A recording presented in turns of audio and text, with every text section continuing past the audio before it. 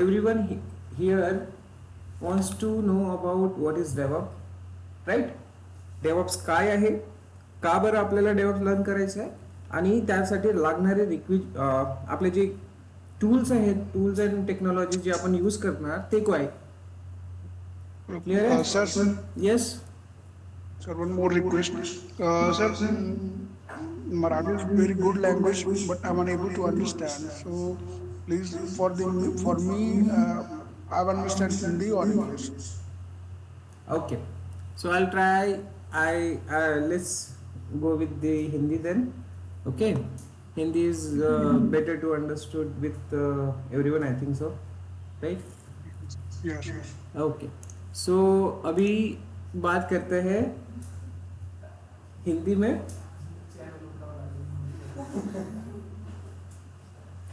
No worries, ठीक है. तो डेवऑप्स डिस्कस करना है.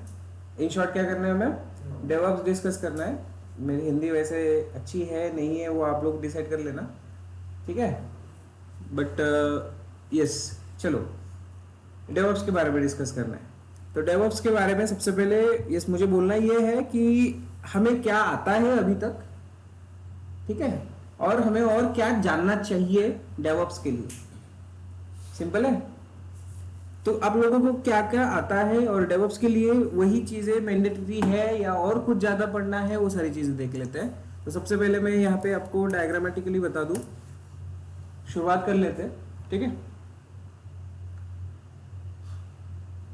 So just for a seconds let it open.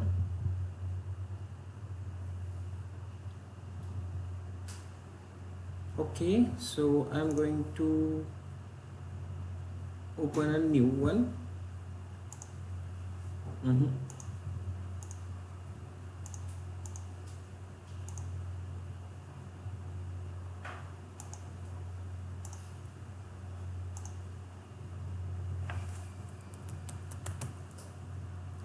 What's your batch name?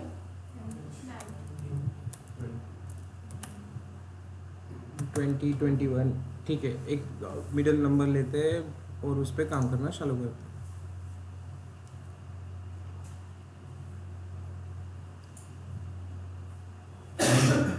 किसी को आइडिया है डेवऑप्स क्या है, क्यों यूज करते हैं? Anyone knows about DevOps? What is DevOps, why we are using, और something, a short definition. Application live करने के लिए और software delivery fast. Okay, more online में से कोई आप अगर बता सको तो अच्छा रहेगा. डेवऑप्स के बारे में आपको जितनी भी इंफॉर्मेशन है एटलीस्ट मुझे बताओ.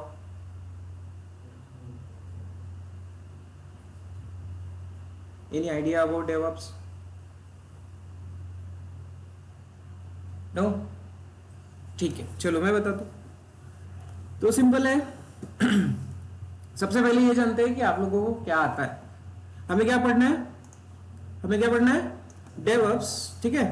सो डेवऑप्स हमें पढ़ना है और डेवऑप्स के लिए अभी हमें आता क्या है, उसकी रिक्वेजिशन क्या है, प्री रिक्वेजिशंस, एंड देन हम आगे और क्या पढ़ना चाहेंगे, ठीक है, क्या पढ़ने वाले. तो सबसे पहले आप लोगों ने पढ़ा होगा लिनक्स, पढ़ा है आप लोगों ने.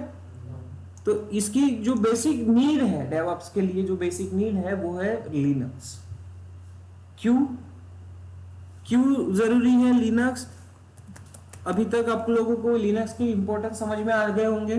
लिनक्स आपने पढ़ लिया है. लिनक्स में क्या होता है, लिनक्स क्यों यूज किया जाता है. आपका एप्लीकेशन डिप्लॉय करने के लिए जो सर्वर रहेगा वो कौन सा सर्वर रहेगा, लिनक्स सर्वर रहेगा.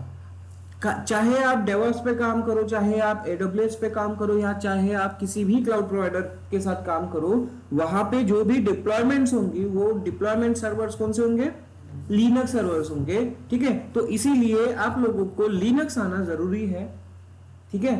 अब ऐसा नहीं है कि फुल एंड फास्ट पूरा लिनक्स आना जरूरी है, बट उसके जो मेन पार्ट्स है, जैसे आपको लॉग मैनेजमेंट आना चाहिए, प्रोसेस मैनेजमेंट आने चाहिए, यूजर मैनेजमेंट कैसे चलता है वहां पे, वो सारा चीजें आपको आना चाहिए. परमिशंस कैसे लगानी है, फायरवॉल, सिक्योरिटी, वो सारी चीजें आपको लिनक्स में से आपको आगे भी फॉरवर्ड करना है। ठीक है, लिनक्स में तो आपने पढ़ लिया, बट आगे भी आपको वो सारी चीजें लिनक्स के साथ कवर अप करनी होंगी। इतना बात समझ में आया? तो सबसे पहली जो बात है हमारी लिनक्स की, तो लिनक्स हमें चाहिए जो कि रिक्वायर्ड है आपके DevOps as a DevOps engineer. Understood?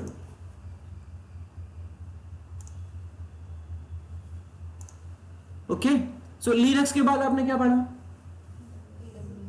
AWS पढ़ा। और AWS पे आप लोगों ने कौन से सर्वर्स क्रिएट करे? कौन से सर्वर क्रिएट किए? Linux server, Ubuntu, CentOS, Red Hat, right? तो यस, उसी के लिए हमें लिनक्स ऑपरेटिंग सिस्टम पे काम करना आना चाहिए। दूसरी बात रही बात दूसरी, तो कौन सा है? क्लाउड। अब ये सारे जो भी सर्वर्स है आप कहाँ पे क्रिएट करते हो? क्लाउड पे क्रिएट करते हो। क्यों? क्योंकि आपको आपकी एप्लीकेशन क्या करना है? डिप्लॉय करना है हाई अवेलेबिलिटी के साथ। और यस, हाई अवेलेबिलिटी के साथ साथ उसका एक्सेसिबिलिटी भी अच्छी होनी चाहिए, ड्यूरेबिलिटी भी अच्छी होनी चाहिए। तो क्लाउड हम यूज करते हैं। क्लाउड के बारे में अगर छोटी सी इंफॉर्मेशन आप मुझे देना चाहो, क्या पता है आप लोगों को क्लाउड के बारे में? क्लाउड क्या है? क्या है cloud?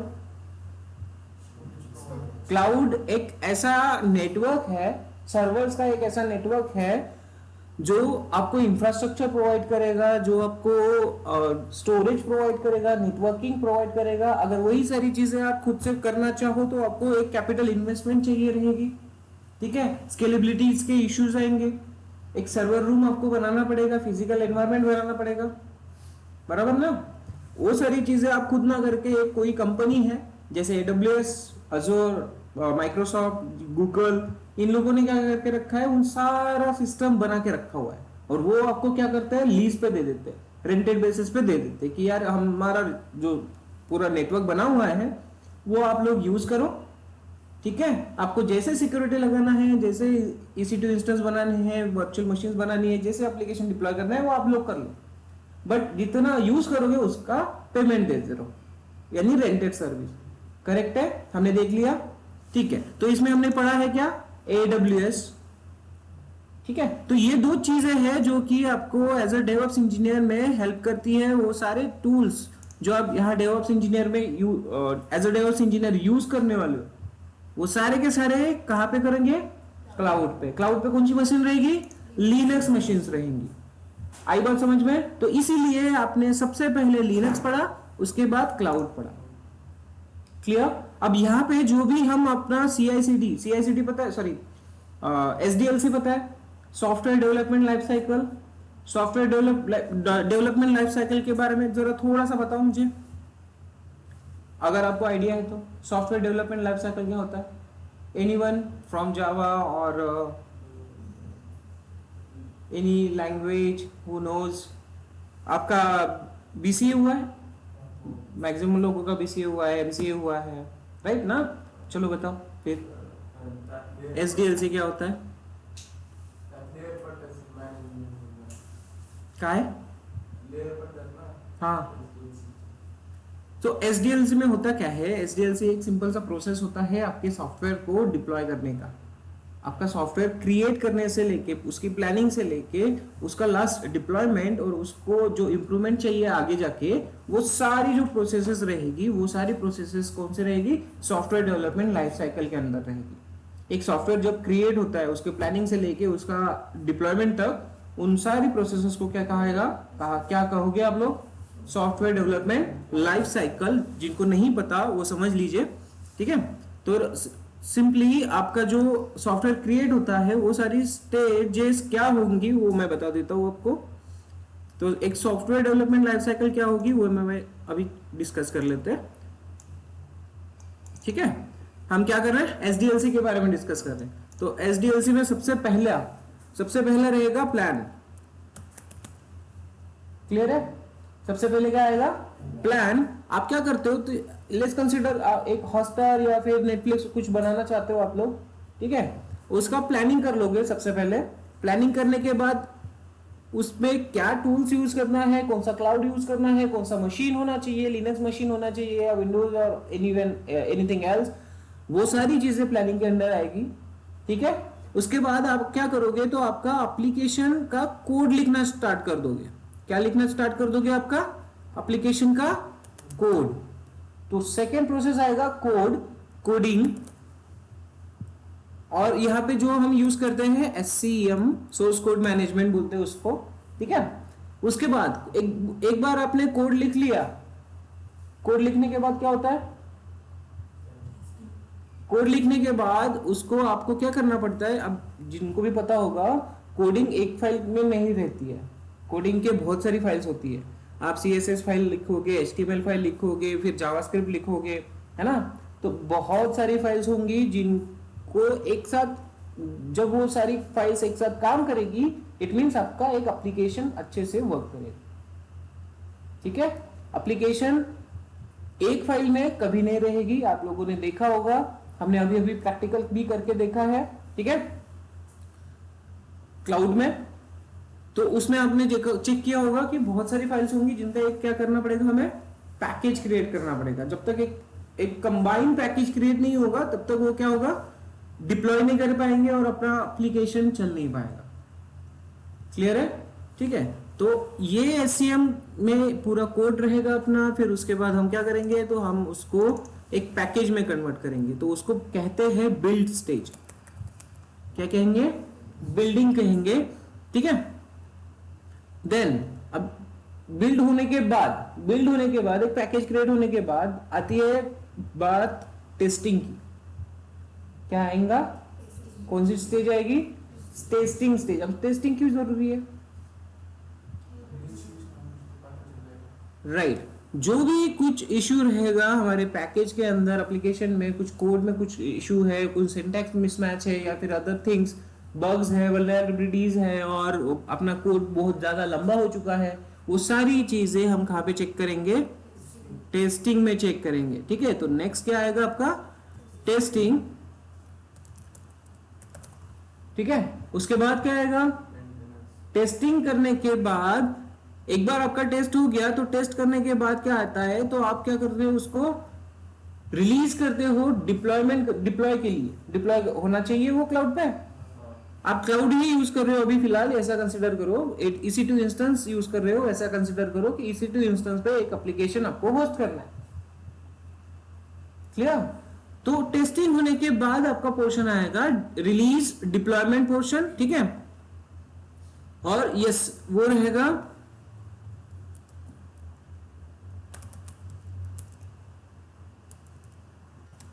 Release. Clear? Release portion आएगा। रिलीज में आप क्या करोगे, तो आप अप्रूवल लोगे कि हाँ हमारा पैकेज बन गया है, टेस्ट भी हो चुका है।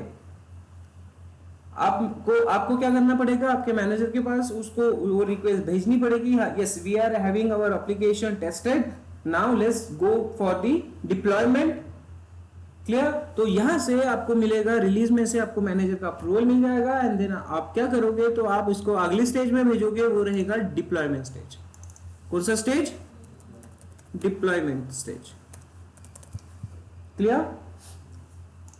जिसे आप डिप्लॉय करोगे। डिप्लॉय करने के बाद आपको क्या करना है? डिप्लॉय करने के बाद एक क्लाउड रहेगा आपका, EC2 इंस्टेंस रहेगा, वहां पे जाके आप उसको डिप्लॉय कर दो। अंडरस्टूड?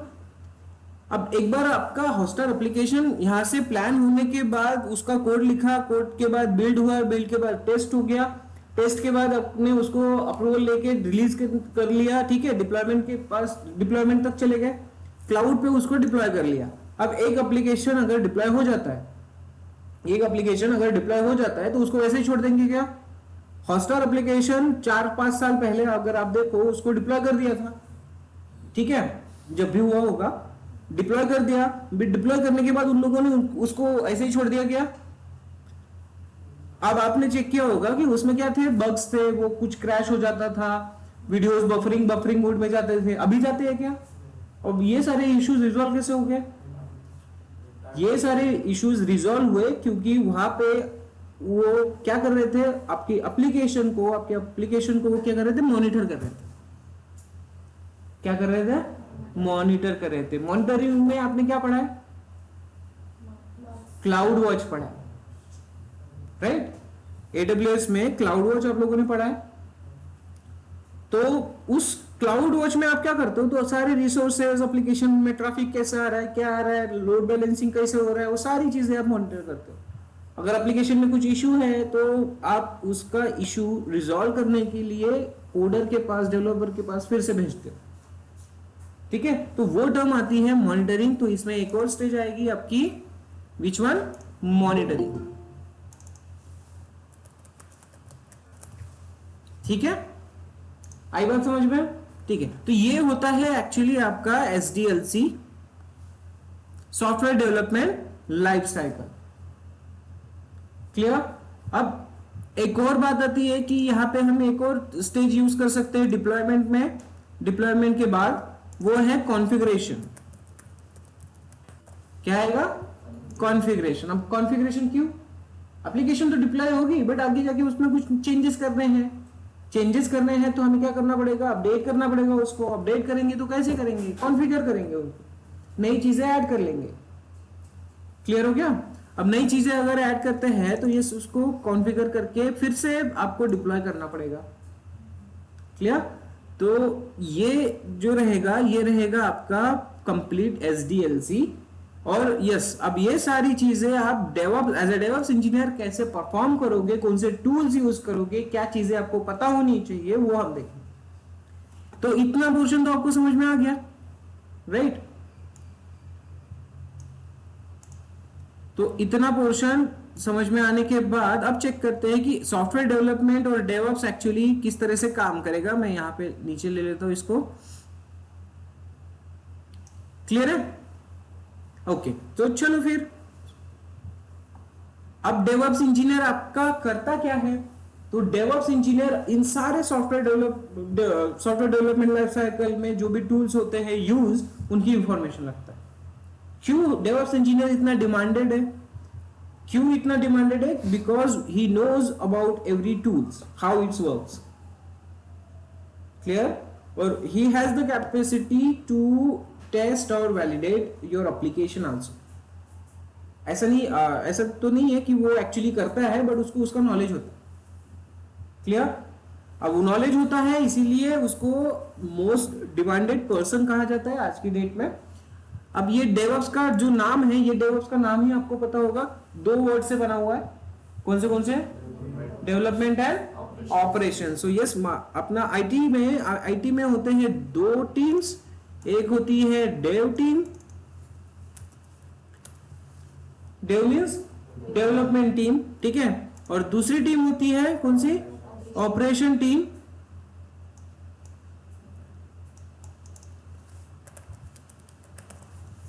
जिनका काम होता है आपके टीम को, आपके एप्लीकेशन को डिप्लॉय करना, आपके एप्लीकेशन को एक दूसरे मल्टीपल टूल्स के साथ कंबाइन करके, कॉन्फ़िगर करके डिप्लॉय कर देना। ये काम किसका होगा? ऑपरेशन का। और डेवलपमेंट टीम का काम क्या होगा? आपका कोडिंग करना, टेस्टिंग करना और उसको रिलीज कर देना। बस उतना काम उनका हो गया। अब ये जो सॉफ्टवेयर डेवलपमेंट लाइफ साइकिल हमने देखी अभी, इसमें से कौन से स्टेज डिप्लॉयमेंट में, डेवलपमेंट में आएगी? प्लानिंग से लेके coding, building, testing and release तक। तो इतनी स्टेजेस किस में आ जाएंगी? कौन सी टीम करेगी? डेव टीम करेगी। तो चलो लिख लेते हैं,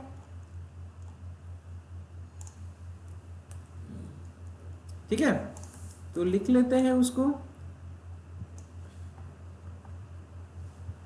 तो सबसे पहले आएगा प्लानिंग करना, प्लान कर लेगा। उसके बाद हमारा क्या आएगा? कोडिंग करना।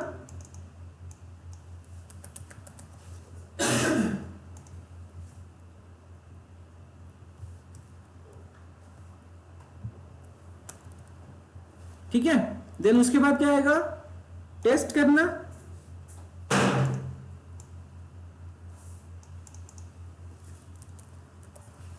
And then release. तो रिलीज को छोड़ देते हैं फिलहाल। इतने जो स्टेजेस है, वो सारी स्टेजेस किस में आने वाली है? डेवलपमेंट टीम के पास आने वाली है, ठीक है, सॉफ्टवेयर डेवलपमेंट लाइफ साइकिल के। उसके बाद अब यहां पे कौन सा आएगा? यहां पे कौन सा आएगा बताओ? ऑपरेशन टीम के पास deployment, next configuration next monitoring, ठीक है। तो ये जो 3 स्टेजेस है ये आ जाएगी आपके ऑपरेशन टीम के पास।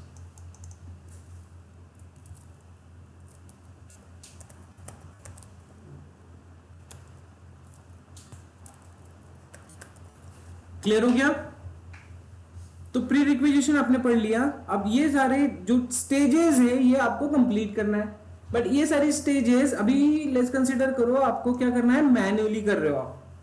अभी तक आपने क्या किया, मैन्युअली किया, सारी चीजें प्लानिंग की आपने, फिर कोडिंग की, कोडिंग के लिए आपने लिखा लाइक क्या किया आपने, जावा या फिर किसी लैंग्वेज का सिलेक्शन करके कोडिंग लिखना स्टार्ट कर दिया। कोडिंग लिखने के बाद उसको टेस्टिंग करना भी स्टार्ट कर दिया।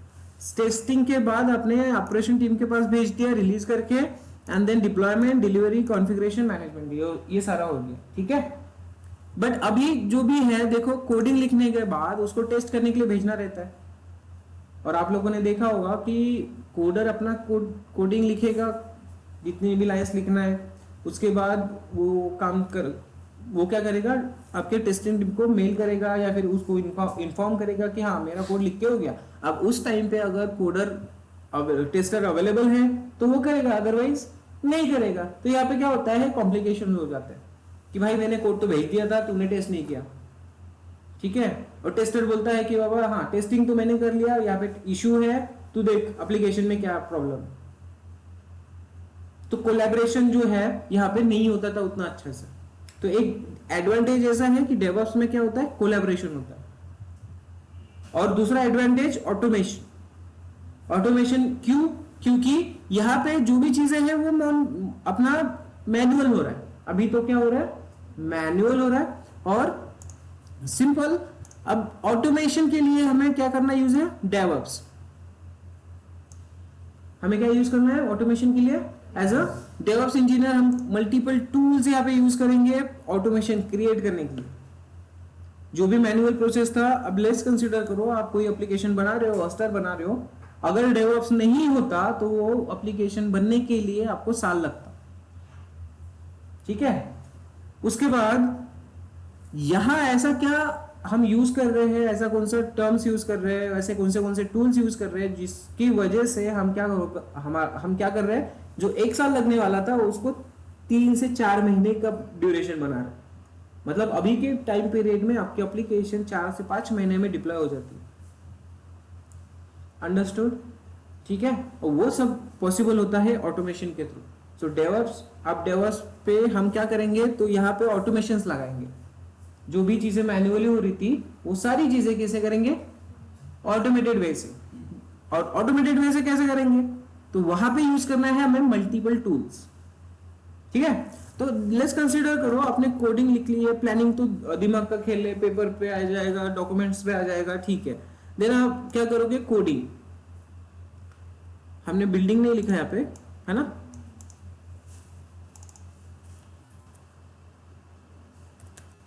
बिल्डिंग, देन आएगा टेस्टिंग,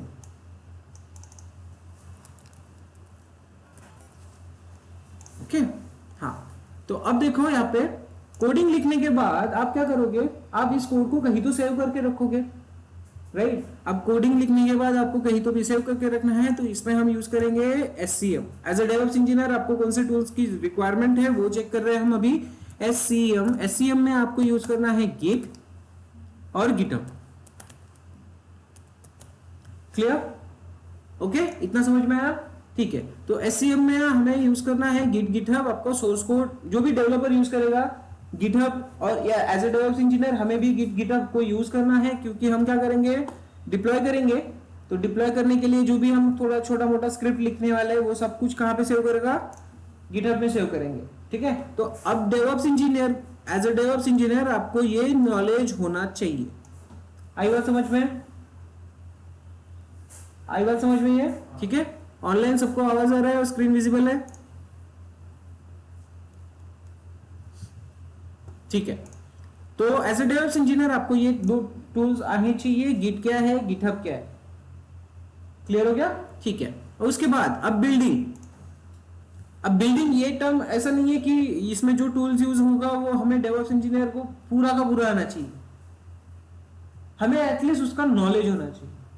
क्या होना चाहिए? नॉलेज, कि हाँ भाई ये इस तरह से काम करता है। क्लियर? तो इसमें बिल्डिंग जो भी आपका पैकेज बनाना है, वो पैकेज बनाने के लिए हम यहाँ पे एक टूल यूज करते हैं, मेवन। अगर आपकी जावा बेस्ड एप्लीकेशन है, सो कौन सा टूल यूज होगा? मेवन। क्लियर है? तो इसकी हल्की फुल्की इंफॉर्मेशन आपको होनी चाहिए, एक्चुअली परफॉर्म कैसे करता है, क्या इंपॉर्टेंस है, इतना आपको आना चाहिए। सो आई बात फिर से कि ये आपको इसका नॉलेज होना चाहिए, राइट? हल्का फुल्का ही सही, बट होना चाहिए। ठीक है। Next, testing. एक पैकेज बनने के बाद वो क्या करेंगे, हम टेस्टिंग टीम को भेजेंगे। अब टेस्टिंग टीम क्या करेगी? उसको टेस्ट करेगी। तो टेस्ट कौन से टूल्स में करेगी? ऑटोमेशन। आपने अभी कुछ सालों पहले आप चेक करते होंगे, मैनुअल टेस्टिंग था, बट अभी कौन सा है? अभी किसे प्रायोरिटी मिलती है? ऑटोमेशन टेस्टर हो गया आप, चलो आ जाओ। सेलेनियम आता है क्या आपको? आ जाओ। JUnit आता है क्या? वो सारी चीजें जब तक आपको ऑटोमेशन पे आती नहीं है तब तक आपको हायर भी नहीं करते। मैनुअल काम अभी बंद हो रहा है। जिन प्रोजेक्ट में मैनुअल होगा, अभी भी कर रहा है, मैनुअल ही चलता है, वहां पे मैनुअल टेस्टर लेते हैं। ठीक है। But most of the time अभी जो भी नए प्रोजेक्ट्स आते हैं उसमें क्या होता है? ऑटोमेट टेस्टिंग होती है। समझ में आई बात? तो ऑटोमेशन टेस्टिंग के लिए आपको क्या यूज करना है यहाँ पे? सेलेनियम। आपने नाम सुना है? नाम सुना है क्या? सेलेनियम। ठीक है। अब सेलेनियम के साथ साथ जो हम पढ़ेंगे, सोनार क्यूब। मेरी कंपनी में तो सोनार क्यूब यूज होता है। ठीक है। और मेवन मेरा जावा प्रोजेक्ट होता है, तो बहुत सारी जगहों पे मेरा मेवन यूज होता है। डेवलपमेंट अपना डेव टीम क्या करती है? इन सारे टूल्स पे काम करती है फिलहाल के लिए। जैसे जैसे प्रोजेक्ट चेंज होंगे, हो सकता है टूल्स भी चेंज हो, नया नया कुछ ना कुछ आप देखते रहोगे आपके ऑर्गेनाइजेशंस में कि हर बार यही यूज होगा, ऐसा नहीं है। प्रोजेक्ट चेंज तो टूल्स भी चेंज हो सकते हैं, गारंटी नहीं। ठीक है। बट जो मेनली कॉमनली टूल्स है वो हम देखेंगे। क्लियर? ओके। सो सेलेनियम टेस्टिंग ये हो गया। तो इसका भी हल्का फुल्का नॉलेज आपको आना चाहिए as a DevOps engineer. Clear? पूरा नॉलेज होने की जरूरत नहीं है, क्योंकि आप एज अ टेस्टर काम नहीं करने वाले, आप एज अ डेवलप्स इंजीनियर काम करने वाले हो। तो हल्का फुल्का नॉलेज आपको होना चाहिए। अंडरस्टूड? तो वो भी हम देख लेंगे। ठीक है, कैसे होता है। आई थिंक जब हम जेनकिंग्स पढ़ेंगे तब देखेंगे। ठीक है। और आती है बात अभी यहाँ पे ऑपरेशन में। ऑपरेशन टीम में क्या करना है हमें? डिप्लॉयमेंट। ये सबसे मेजर काम है आपका एज ए डेवलप्स इंजीनियर। आप कौन सी टीम में काम करने वाले हो? तो ऑपरेशन टीम में काम करने वाले हो। ठीक है। और यहाँ पे आपको मेन काम करना होता है डिप्लॉयमेंट प्रोसेस पे। डिप्लॉयमेंट यानी कि कोई क्लाउड है आपके पास, ये डिप्लॉय कहाँ पे होगा? क्लाउड पे होगा। ठीक है। क्लाउड पे EC2 सर्वर पे हो सकता है, या फिर कोई कुबेरेटिस क्लस्टर है वहां पे हो सकता है। इट डिपेंड्स ऑन कि आपका एप्लीकेशन कितना बड़ा है और आपकी रिक्वायरमेंट क्या है। ठीक है। तो यहाँ पे अभी हमें कौन से टूल्स आने चाहिए? सो डिप्लॉयमेंट में आपको टूल्स आने चाहिए Docker and Kubernetes. Okay.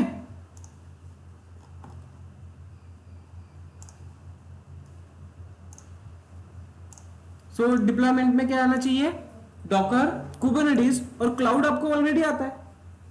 Cloud आपको ऑलरेडी आता है। इफ इन केस आपको डिप्लॉयमेंट डायरेक्ट क्लाउड पे करना है तो आप कर सकते हो। क्लियर है?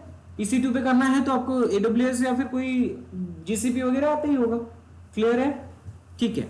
और यस, इसी क्लाउड में अगर आपको डॉकर कुबरनेटिस का यूज करके डिप्लॉयमेंट करना है तो वो भी आपको करना होगा, डॉकर कुबरनेटिस। ये पैर समझ में आई क्यों यूज होती है? तो आपको आपका एप्लीकेशन डिप्लॉय करना रहेगा।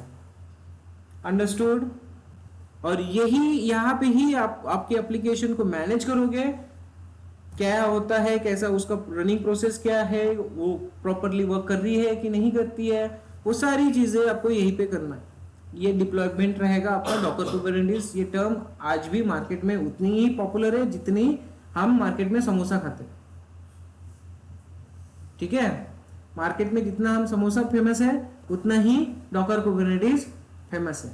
ठीक है, क्यों? मोस्टली आपकी रिक्वायरमेंट होती है कि आपका एप्लीकेशन का कॉस्टिंग कम आए और कम बजट में आपकी एप्लीकेशन अच्छे से चले, तो डॉकर कुबरनेटिस का यूज होता है। क्लियर? एक नॉर्मल EC2 इंस्टेंस, अब क्या है डॉकर कुबरनेटिस क्यों यूज होता है, वो सारी चीजें हम देखने वाले हैं, तो डोंट वरी। क्लियर हो गया? ओके, सो कॉन्फ़िगरेशन, अब आते हैं कॉन्फ़िगरेशन मैनेजमेंट में। जो भी एप्लीकेशन हमारी डिप्लॉय कर ली हमने, उस एप्लीकेशन में कुछ कॉन्फ़िगरेशन करना है, तो हमें जो टूल्स यूज करने होंगे वो एंसिबल जैसे टूल्स है। एंसिबल टूल क्या करता है, एक साथ आपके हंड्रेड्स ऑफ सर्वर्स को मैनेज करने की क्षमता रखता है। अंडरस्टूड? एक साथ हंड्रेड्स ऑफ पीसीज आप एक साथ कॉन्फ़िगर कर सकते हो। कभी कभी आपने देखा है किसी ऑर्गेनाइजेशन में 100 पीसी अवेलेबल होते हैं, और 100 पीसीज पे चलो अभी वो विंडोज 10 पे है, विंडोज 11 करना है, करेक्ट? तो हर रोज वो इंजीनियर जाएगा, एक पीसी, 2 पीसी, 10 पीसी करेगा क्या कॉन्फ़िगर? नहीं पॉसिबल है क्या? नहीं। तो वो बैकएंड में एक ऐसा टूल यूज करता है, वो पोजीशन क्या है, सिस्टम एडमिन वाली पोजीशन है, ठीक है? वो हर 10 पीसी 10 करके वो कॉन्फ़िगर नहीं करेगा, वो क्या करेगा, पूरे 100 डेस्कटॉप्स के आईपी एड्रेसेस उठाएगा। अब ये मत पूछना सर आईपी एड्रेस क्या होता है, ठीक है? तो वो आईपी एड्रेस उठाएगा पूरे 100 पीसीस का, अपने एक टूल में कॉन्फ़िगर करेगा, और जो पैकेज उसको पास करना है उन सभी 100 पीसी पे, वो पैकेज उन आईपी एड्रेस पे वो फॉरवर्ड कर देगा। क्लियर है? अब वो हो जाएगा, टाइम भी शेड्यूल कर सकता है वो। अभी वर्किंग आवर्स पे तो नहीं करेगा ना अपडेट, कब करेगा? रात के 12 बजे, रात के 12 बजे, या फिर जब भी आपकी शिफ्ट ओवर होती है तब। तो वो 100 ऑफ पीसेस मैनेज करने की कैपेबिलिटी कौन रखता है? एंसिबल जैसे टूल्स। एंसिबल है, पपेट्स है, मार्केट में बहुत सारे टूल्स अवेलेबल है, but yes we are going to see about Ansible. Clear? Okay, next monitoring. अब मॉनिटरिंग में हम क्या पढ़ेंगे? तो मॉनिटरिंग में हमें क्लाउड वॉच तो आता ही है, क्लाउड वॉच आता ही है, ठीक है? तो मॉनिटरिंग करोगे आप क्लाउड वॉच के थ्रू। अंडरस्टूड? क्योंकि ये सारा जो टर्म्स रहेगा ये कहां पे रहेगा? आपका क्लाउड पे रहेगा। बट आपको एक्स्ट्रा पढ़ना है तो यहां पे आप क्या करोगे? ग्राफाना प्रोमेथियस पढ़ोगे, ग्राफाना प्रोमेथियस, ठीक है? अंडरस्टूड? ठीक है, ग्राफाना प्रोमेथियस पढ़ोगे। और कौन से टूल्स आने चाहिए? इतने तो पढ़ लिए आपने एज अ डेवलप्स इंजीनियर। तो ये सारे tools as a DevOps engineer आपको मोस्टली यूज करना होगा, और ये आपको रेफरेंस में एज अ नॉलेज होना चाहिए, बस। क्लियर हो गया?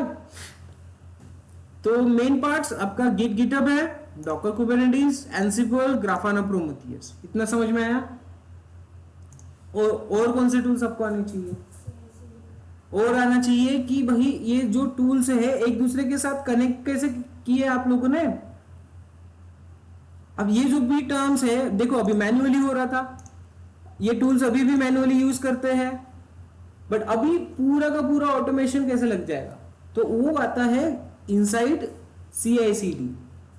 क्या आता है? इनसाइड CI/CD की जैसे ही गिटहब में कोड आ गया, वो कोड के कहा जाना चाहिए? मेवन के पास जाना है। जा रहा है क्या? अभी नहीं जा रहा है, मैन्युअली भेजना पड़ेगा, ठीक है? तो अब वो ऑटोमेशन कैसे लगेगा? टूल्स तो हम यूज करना स्टार्ट कर लिए, बट वो टूल्स एक दूसरे के साथ कनेक्टेड नहीं है। कनेक्टेड है क्या? नहीं है। तो वो कैसे हम यहाँ पे इस्टेब्लिश करेंगे? तो उसके लिए रेफर किया जाता है एक CI/CD वाला कंसेप्ट, वो होता है आपका जेनकिंस टूल के थ्रू। क्लियर? CI/CD इंपॉर्टेंट होता है। अब हो सकता है आपके जेनकिंस ना यूज हो, गिटलैब यूज हो, ठीक है? तो गिटलैब CI/CD भी यूज किया जाता है, ठीक है? मैं पर्सनली CI/CD जेनकिंस भी यूज कर चुका हूं और गिटलैब भी यूज कर रहा हूं, ठीक है? मेरे अभी ऑर्गेनाइजेशन में मैं गिटलैब का गिटलैब पे वर्क करता हूँ। तो ये टूल्स को आप यूज करोगे to integrate all this things, एक दूसरे के साथ कम्युनिकेट करोगे ये सारे टूल्स यूजिंग CI/CD। अब ये होता कैसे है, तो ये सारे टूल्स हैं फिलहाल तो मॉनिटरिंग फिलहाल तो सेपरेटली वर्क कर रहे हैं। यहाँ कोड आएगा, फिर बिल्डिंग के पास भेजा जाएगा, मेवन से वो बिल्ड होगा, फिर उसके बाद सेलिनियम के पास। तो ये सारे प्रोसेस करने में बहुत सारा टाइम लगता है। अंडरस्टूड। अब चलो जेनकिंग्स कैसे काम करते हैं देखते हैं। तो जेनकिंग्स में ये गिटहब की पूरी रिपोजिटरी यहाँ पे आ जाएगी। गिटहब कहाँ पे कॉन्फ़िगर होगा, जेनकिंग्स में। मेवन कहाँ पे है वो यहाँ पे बता देंगे यहाँ पे, ठीक है। सोनारक्यूब कहाँ पे है वो भी हम यहाँ पे कॉन्फ़िगर कर देंगे। तो अब क्या होगा, जैसे ही कोड आएगा तुरंत वो भेजेगा मेवन के पास, वो तुरंत भेज देगा सेलिनियम के पास। जो टाइम पीरियड था वो कम हो गया, ठीक है। अब लेट्स कंसीडर वो सारी चीज करने में 2 दिन लगते थे, अब वो 2 दिन नहीं लगेंगे, 2 घंटे लगेंगे। अंडरस्टूड। तो ये जो पोर्शन आपने अभी यहाँ पे परफॉर्म किया विद द हेल्प ऑफ जेनकिंग्स, इसे कहते हैं कंटिन्यूअस इंटीग्रेशन। क्या कहेंगे, कंटिन्यूअस इंटीग्रेशन। नेक्स्ट, अब ये टूल्स भी हम क्या करेंगे, कहां पे कॉन्फ़िगर करेंगे, जेनकिंग्स में। अब इससे भी क्या होगा कि भाई जैसे ही डिप्लॉयमेंट हो जाए मॉनिटरिंग करना स्टार्ट करो या फिर कॉन्फ़िगरेशन के लिए उसको रेडी रखो। समझ में आई बात। तो ये सारी पूरी की पूरी प्रोसेस भी हम जेनकिंग्स में कॉन्फ़िगर करके रख सकते हैं। अब ये जो कॉन्फ़िगरेशन हुआ है इसे कहते हैं कंटिन्यूअस डिलीवरी और डिप्लॉयमेंट। कंटिन्यूअस डिलीवरी और डिप्लॉयमेंट। अब ये जो काम होता है ये रेगुलर बेसिस पे करते रहते हैं। जैसे ही कुछ इशू है, डिप्लॉयमेंट नहीं हो रहा है, तो टेस्टिंग टीम के पास भेजा जाता है कि भाई आपके पास कोई इशू निकला था क्या।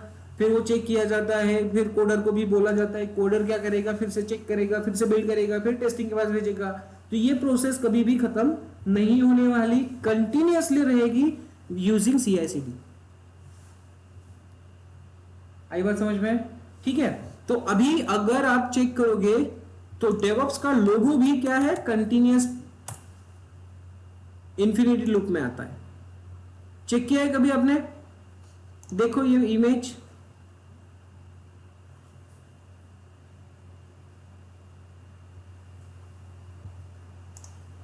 इसको मैं ओपन कर रहा हूं। इमेज में देखो क्या क्या जो चीजें अभी हमने डिस्कस की है ना, वही चीजें इस इमेज में भी आपको दिखाई देगी। क्या हो रहा है, आपका कोड हो रहा है, बिल्ड हो रहा है, टेस्ट हो रहा है। ये SDLC की लाइफ साइकिल है जो आपको यहाँ पे मॉनिटरिंग यहाँ पे दिखाई दे रही है। कोडिंग होगा, कोडिंग करने के लिए, कोडिंग सेव करने के लिए, पूरा सोर्स कोड सेव करने के लिए आप यूज करोगे गिटहब, उस पे काम करने के लिए। देन बिल्ड करने के लिए मेवन यहाँ पे दिखाई दे रहा है। ऐसा नहीं है कि मेवन ही होगा, आपके बहुत सारे अलग अलग टूल्स होंगे। इसे ये वाले इमेज में आपको ये 2 दिख रहे हैं, बाकी दूसरे इमेजेस आप चेक करोगे तो उसमें कुछ अलग दिख जाएगा। तो ऐसा नहीं है, ठीक है। तो मेवन के साथ आप बिल्ड कर लो अगर जावा प्रोजेक्ट है तो। देन उसके बाद सेलेनियम पे जा रहे हो, सेलेनियम JUnit यूज कर सकते हो आप, क्यों, टेस्टिंग के लिए। अंडरस्टूड। अब टेस्टिंग करने के बाद आपको क्या आएगा, रिलीज। अब रिलीज वाला पोर्शन हम कहां से कर रहे हैं, हमारे इसमें चेक करो, रिलीज वाला पोर्शन हम जेनकिंग्स में ही करेंगे। यहां से वो रिलीज हो जाएगा ऑपरेशन टीम के पास, ऑपरेशन टीम नोटिफाइड हो जाएगी कि yes tested successfully, now try deployment. Clear हो गया, ओके। नेक्स्ट, रिलीज होने के बाद डिप्लॉयमेंट। अब डिप्लॉयमेंट में हमने देखा डॉकर या फिर AWS पे आप कर सकते हो, फिर यहाँ पे कुबरनेटिस यूज करेंगे आप उसको मैनेज करने के लिए। तो डॉकर कुबरनेटिस की पेयर होती है ये, और मार्केट में जॉब्स भी पेयर के हिसाब से ही मिलती है। आपको AWS आता है तो आप पूरा क्लाउड पे काम कर सकते हो, वो कंसिडर किया जाता है। डॉकर और कुबरनेटिस आता है तो आप डिप्लॉयमेंट और ऑपरेशन कर सकते हो, इसलिए वो रिकमेंडेड होते हैं। Recommended in the sense highly accept किए जाते हैं आपके ऑर्गेनाइजेशंस में, रिक्वायर्ड होते हैं, ठीक है। देन एनसिबल यूज करोगे आप कॉन्फ़िगरेशन करने के लिए। देखो ऑपरेट में दिखाया एनसिबल को, शेप, पपेट, ये सारे टूल्स भी है, बट वो अभी यूज करना बंद कर रहे हैं कंपनीज, बिकॉज वो ओल्डर वर्जन हो गए, उसमें जितनी कैपेसिटी है, कैपेबिलिटी है वो एनसिबल में उससे ज्यादा है। तो एनसिबल मोस्ट पॉपुलर है अभी, कि मैं पर्सनली पपेट यूज करता हूँ और एंसिबल यूज करता हूँ मेरे ऑर्गेनाइजेशन में, ठीक है। दोनों टूल्स यूज हो सकते हैं, ऐसा नहीं है कि एक ही होगा, आप मल्टीपल टूल्स यूज करने वाले हो, ठीक है। देन मॉनिटरिंग में आप यूज करोगे नेगियो, स्प्लंक, डेटाडॉग्स, ये सारी चीजें, या फिर ग्राफाना प्रोमेथियस आप यूज कर लोगे। अब यहाँ पे ग्राफाना प्रोमेथियस लिखा है नहीं है, तो ऐसा नहीं है कि वो यूज होते नहीं है, अंडरस्टूड। क्लाउड वॉच यूज कर सकते हो, बट क्लाउड वॉच की थोड़ी सी ये है कि आप जब AWS पे काम कर रहे हो तो ठीक है, अच्छे से काम कर सकते हो, बट जो ओपन सोर्स वाले टूल्स है वो यहाँ पे दिखाए हुए हैं। नेक्स्ट, उसके बाद फिर से ये पूरी प्रोसेस देखो, मॉनिटरिंग होने के बाद फिर से प्लानिंग, अगर कुछ इश्यूज है तो फिर से प्लानिंग, फिर कोड, फिर ये सारी चीजें सर्कल में चलती रहेगी। और यही इसी रीजन है की वजह से इसका जो लोगो है आप देख सकते हो इन्फिनिटी में, इन्फिनिटी लोगो, ये कंटिन्यूअस प्रोसेस चलती रहती है, कंटिन्यूअस, ठीक है।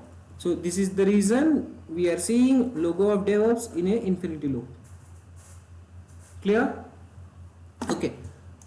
तो इतनी पोर्शन समझ में आ गया। अब और कौन सा टूल्स है जो इसके अलावा हमें पढ़ना है? इसके अलावा हमें पढ़ना है टेराफॉर्म। अब टेराफॉर्म सर क्यों पढ़ना है? तो ये सारी चीजें जो भी आप करोगे ये सब क्रिएट करने में बहुत ज्यादा टाइम लग जाएगा, पूरा इंफ्रास्ट्रक्चर क्रिएट करने में बहुत ज्यादा टाइम लग जाएगा। अब वो सब कुछ क्रिएट करना है, एक दूसरे के साथ अगर कॉन्फ़िगर करना है तो आप यूज करोगे टेराफॉर्म। कौन सा टूल यूज करोगे?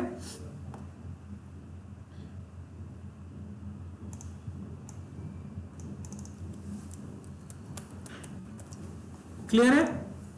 टेराफॉर्म। अब टेराफॉर्म का सर यूज केस क्या है? तो ये पूरा का पूरा इंफ्रास्ट्रक्चर क्रिएट कर सकता है। आप क्या करना पड़ेगा? सिर्फ कॉन्फ़िगरेशन फाइल लिखनी पड़ेगी। कॉन्फ़िगरेशन फाइल, आप कौन से क्लाउड पे काम कर रहे हो? GCP। आप कौन से क्लाउड पे काम कर रहे हो? AWS। फिर आप कौन से क्लाउड पे काम कर रहे हो? Azure। कोई भी क्लाउड हो उसमें अगर आपको EC2 इंस्टेंस क्रिएट करना है और उसमें कुछ कॉन्फ़िगर करना है तो with the help of Terraform you can do it easily. वहां पे जाके EC2 इंस्टेंस मैन्युअली जाके क्रिएट करने की कोई जरूरत नहीं। क्लियर? तो यस, अब क्लाउड आता है तो आपको टेराफॉर्म आना चाहिए, तो ये पेयर में भी जॉब्स अवेलेबल होती है। क्लियर? अब एंसिबल है, मैंने क्या बताया था आपको, कॉन्फ़िगर करना है कि क्या करना है, सर्वर्स करने हैं, हंड्रेड्स ऑफ सर्वर्स करने हैं। तो आपको लिनक्स और एंसिबल ये भी पेयर्स मिलेगी मार्केट में। जॉब्स किस में मिलेगी? लिनक्स और एंसिबल पे भी मिल सकती है। ऐसा नहीं है कि आपको पूरे टूल्स एक साथ यूज करने होंगे, किसी भी दो टूल्स पे आपको काम मिल सकता है, किसी भी दो टूल्स पे। तो इसीलिए एज अ डेवऑप्स इंजीनियर ये सारे टूल्स आपको इंपॉर्टेंस होते हैं। ऐसा नहीं है कि आप हर एक टूल यूज करो, आपको हो सकता है आपको मॉनिटरिंग करने के लिए बैठाया जाए, आपको डिप्लॉयमेंट के लिए बिठाया जाए, डॉकर कुबरनेटिस रिक्वायरमेंट होगी, टेराफॉर्म की रिक्वायरमेंट हो सकती है।